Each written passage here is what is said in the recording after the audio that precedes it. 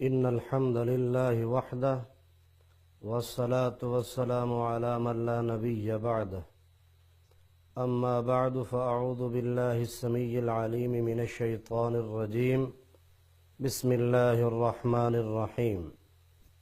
لقد كان لكم في رسول الله أسوة حسنة۔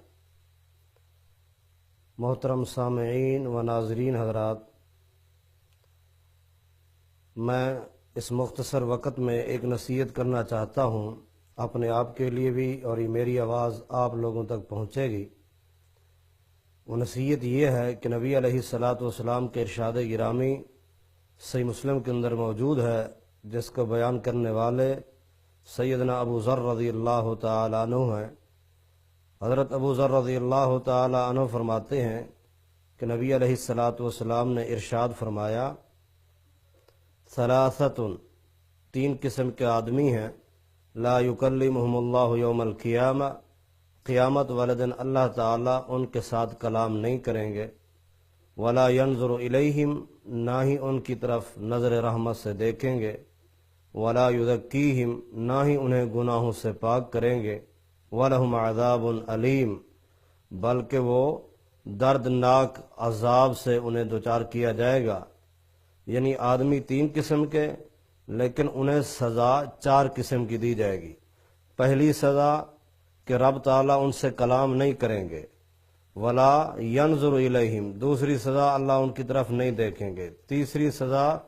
ولا یزکیہم، اللہ تعالیٰ انہیں گناہوں سے پاک بھی نہیں کریں گے، اور چوتھی سزا جو کہ اہم ہے،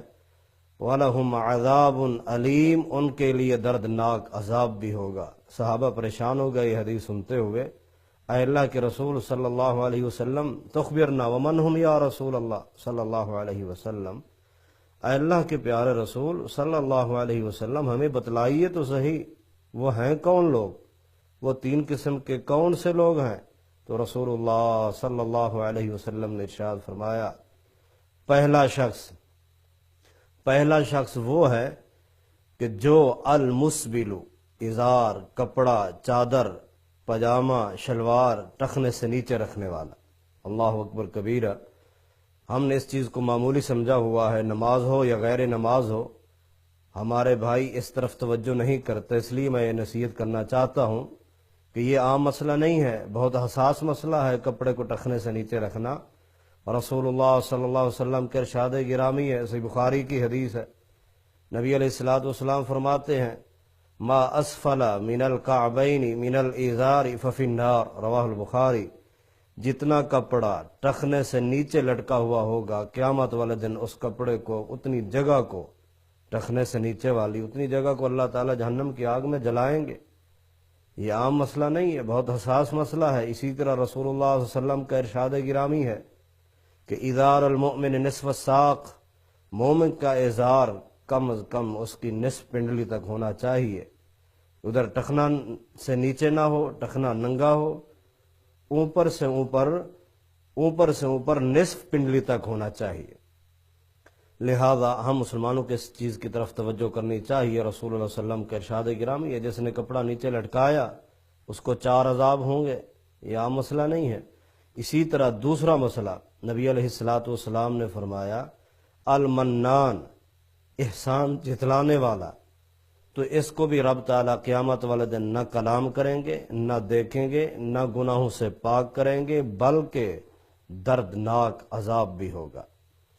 رسول اللہ صلی اللہ علیہ وسلم کا ارشاد گرامی ہے، لا يدخل اللہ الجنت المنان، اللہ تبارک و تعالیٰ احسان جتلانے والوں کو جنت میں داخل نہیں کریں گے۔ آج احسان کر کے انسان احسان کو جتلاتا ہے، اپنی نیکی ضائع کر دیتا ہے، بلکہ اللہ تعالیٰ قرآن پاک میں بھی ارشاد فرماتے ہیں،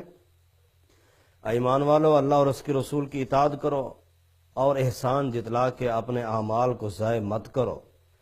اس لیے احسان جتلانا، کسی کے ساتھ نیکی کر کے پھر اسے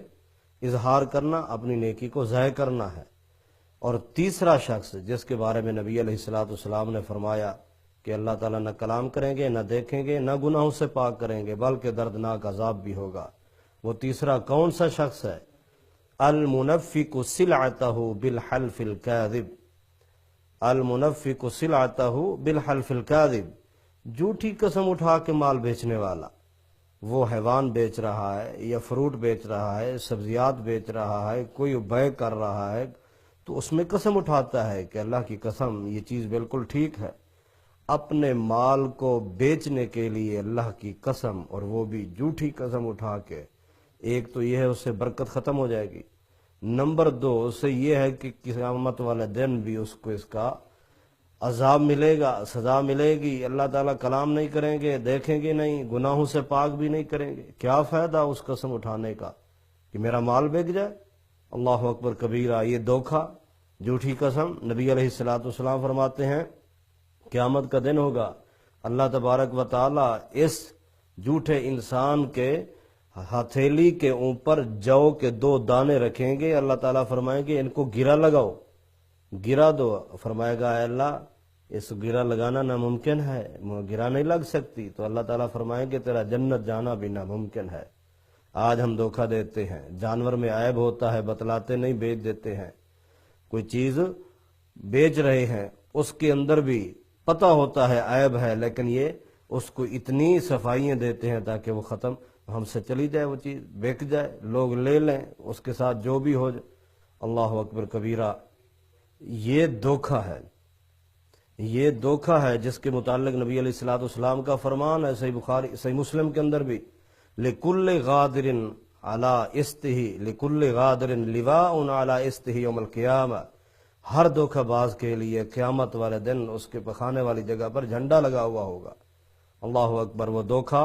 میدان جنگ میں ہو، وہ دھوکہ تجارت میں ہو، وہ دھوکہ کسی بھی میدان میں کرے، لہذا دھوکے دار کے لیے اللہ تعالیٰ نے یہ سزا رکھی ہوئی ہے قیامت والے دن۔ 3 آدمی جن کی طرف نہ اللہ کلام کریں گے، نہ دیکھیں گے، نہ گناہوں سے پاک کریں گے، دردناک عذاب بھی ہوگا۔ یہ نصیحت ہے، رسول اللہ صلی اللہ علیہ وسلم کا ارشاد گرامی ہے، ہمارے لیے آپ صلی اللہ علیہ وسلم نمونہ ہے، آپ صلی اللہ علیہ وسلم نے ہمیں بتلایا ہے، کیونکہ اللہ تعالیٰ فرماتے لَقَدْ كَانَ لَكُمْ فِي رَسُولِ اللَّهِ أُسْوَةٌ حَسَنَةٌ، یہ آپ صلی اللہ علیہ وسلم کا فرمان ہے۔ اس نصیحت پہ مجھے بھی اور تمام سامعین اور ناظرین کو سننے کے بعد، دیکھنے کے بعد عمل کی توفیق نصیب فرمائے۔ وما علیہ الا البلاغ المبین۔